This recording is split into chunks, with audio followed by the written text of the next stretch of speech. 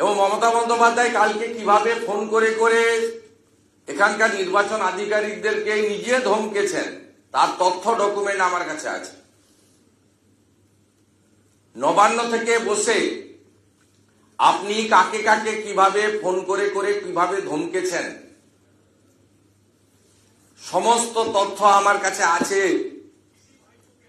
এবং আপনাদেরকে এই উদাহরণ দেওয়ার মধ্য দিয়ে এই ছবি, ভিডিও এবং আইপিএস সৌম্যদীপ একে এর আগে হাইকোর্ট থেকে স্ট্রিকচার দিয়েছে যে আপনি আইপিএস এর যে হ্যান্ডবুক রয়েছে রুল 6 ভায়োলেশন করেছেন। বায়াস্ট অফিসার আইপিএস, এই ছেলেটা তার ক্যারিয়ার নষ্ট করলো। এর আসানসোলে বাড়ি, নিজের যোগ্যতায় আইপিএস হয়েছিল। সৌম্যদীপ দেখুন বসে আছে বেচারা, বুঝতে পারছে যে পরিণতি খুব খারাপ। এমসিসি যেদিন চালু হবে সেদিন থেকে পুলিশ ওয়েলফেয়ার অ্যাসোসিয়েশনের কোন মেম্বারকে কোন পদাধিকারীকে নির্বাচন সংক্রান্ত কোন কাজে এমসিসি পর্যন্ত থাকবে না। এবং গত লোকসভা ভোটে আপনারা পুলিশ সদস্যদের ভোট দিতে দেননি, পোস্টাল ব্যালট ইস্যু করেননি।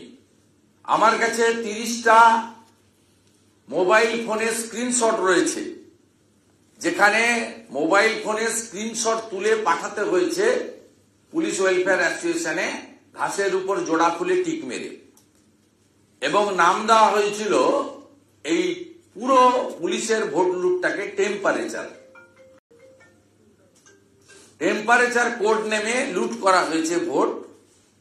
পুলিশ কনস্টেবলদের 80% পুলিশ সদস্যা এই সরকারের পতন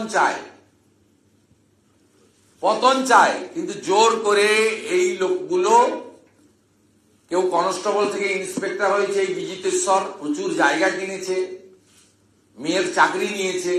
আমাদের যা সব তথ্য আছে, পরিণতি খুব খারাপ। কাঁথির উপর দিয়ে গেছেন, বিরাট কিছু করে দিয়েছেন। কাঁথির উপর দিয়েই তো দীঘায় যেতে হবে,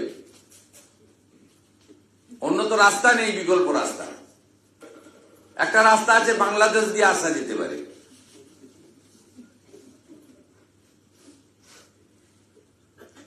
এইসব লোক, এই একটা কনস্টেবল ছিল ওকে ইন্সপেক্টর করে দিয়েছে 7টা প্রমোশন দিয়ে। এই শান্তনু সিনহা বিশ্বাস একটা সাব ইন্সপেক্টর ছিল, তাকে জাম্প করতে করে করে এর জন্য 8টা এসিপি পোস্ট ক্রিয়েট করা হয়েছে কলকাতা পুলিশ।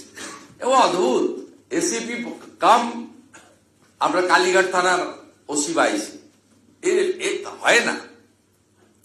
এই বিষয়টা আমার প্রধান বিষয় ছিল। এবং সাথে সাথে আমাদের আর একটি বিষয় আমি আপনাদের কাছে তুলে ধরব। এই রাজ্য সরকার ফিশারম্যানদের সর্বনাশ করার জন্য মৎস্যজীবীদের, যে মৎস্যজীবী ল্যান্ডের একমাত্র অধিকার আমাদের মৎস্যজীবীদের অধিকার জলাগুলোর জলকরগুলোর ছিল 18/9/2025 রাজ্য সরকার মৎস্যজীবীদের কাছ থেকে অধিকার কেড়ে নিয়ে সমস্ত জলা জমি এবং যারা মৎস্যজীবী ফিশারম্যান কোঅপারেটিভের আন্ডারে ছিল বেসরকারীকরণের জন্য লিজ দেওয়ার উদ্যোগ নিয়েছেন। পশ্চিমবঙ্গে প্রায় 40 লক্ষ মৎস্যজীবী রয়েছে, তাদের উপর সরাসরি এটা আঘাত বলে মনে করি।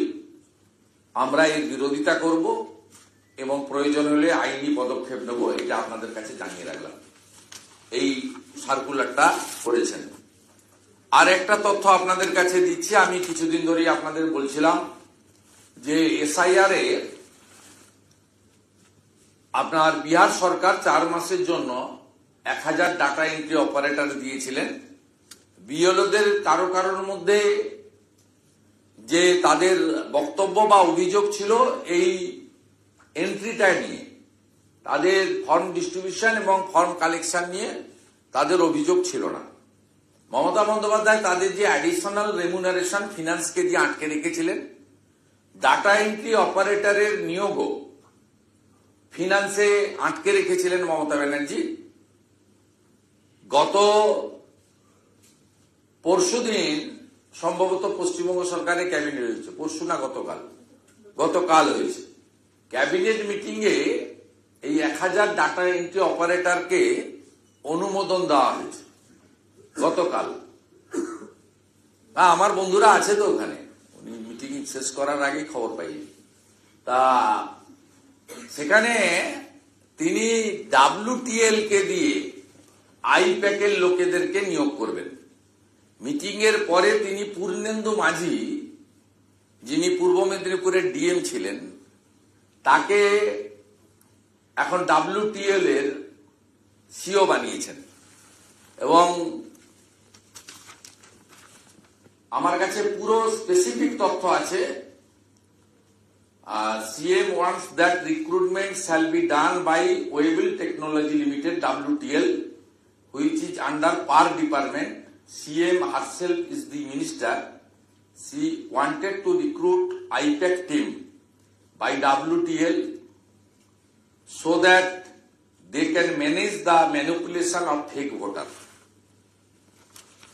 আমি পূর্ণেন্দু মাঝিকে সতর্ক করছি, আপনি যদি ট্রান্সপারেন্সি রেখে 100 পয়েন্ট রোস্টার না মেনে করেন, আপনাকে লিগ্যাল ব্যাটেলের সামনে কনসিকুয়েন্স ফেস করতে হবে। এবং মমতা বন্দ্যোপাধ্যায় কালকে কিভাবে ফোন করে করে এখানকার নির্বাচন আধিকারিকদেরকে নিজে ধমকেছেন, তার তথ্য ডকুমেন্ট আমার কাছে আছে। নবান্ন থেকে বসে আপনি কাকে কাকে কিভাবে ফোন করে করে কিভাবে ধমকেছেন, সমস্ত তথ্য আমার কাছে আছে। এবং আপনাদেরকে এই উদাহরণ দেওয়ার মধ্য দিয়ে এই ছবি, ভিডিও এবং IPS সৌম্যদীপ একে এর আগে হাইকোর্ট থেকে স্ট্রিকচার দিয়েছে যে আপনি IPS এর যে হ্যান্ডবুক রয়েছে, রুল 6 ভায়োলেশন করেছেন। বায়াস্ট অফিসার IPS, এই ছেলেটা তার ক্যারিয়ার নষ্ট করলো। এর আসানসোলে বাড়ি, নিজের যোগ্যতায় IPS হয়েছিল। সৌম্যদীপ দেখুন বসে আছে বেচারা, বুঝতে পারছে যে পরিণতি খুব খারাপ। MCC যেদিন চালু হবে সেদিন থেকে পুলিশ ওয়েলফেয়ার অ্যাসোসিয়েশনের কোন মেম্বারকে কোন পদাধিকারীকে নির্বাচন সংক্রান্ত কোন কাজে MCC পর্যন্ত থাকবে না। এবং গত লোকসভা ভোটে আপনারা পুলিশ সদস্যদের ভোট দিতে দেননি, পোস্টাল ব্যালট ইস্যু করেননি। আমার কাছে 30টা মোবাইল ফোনের স্ক্রিনশট রয়েছে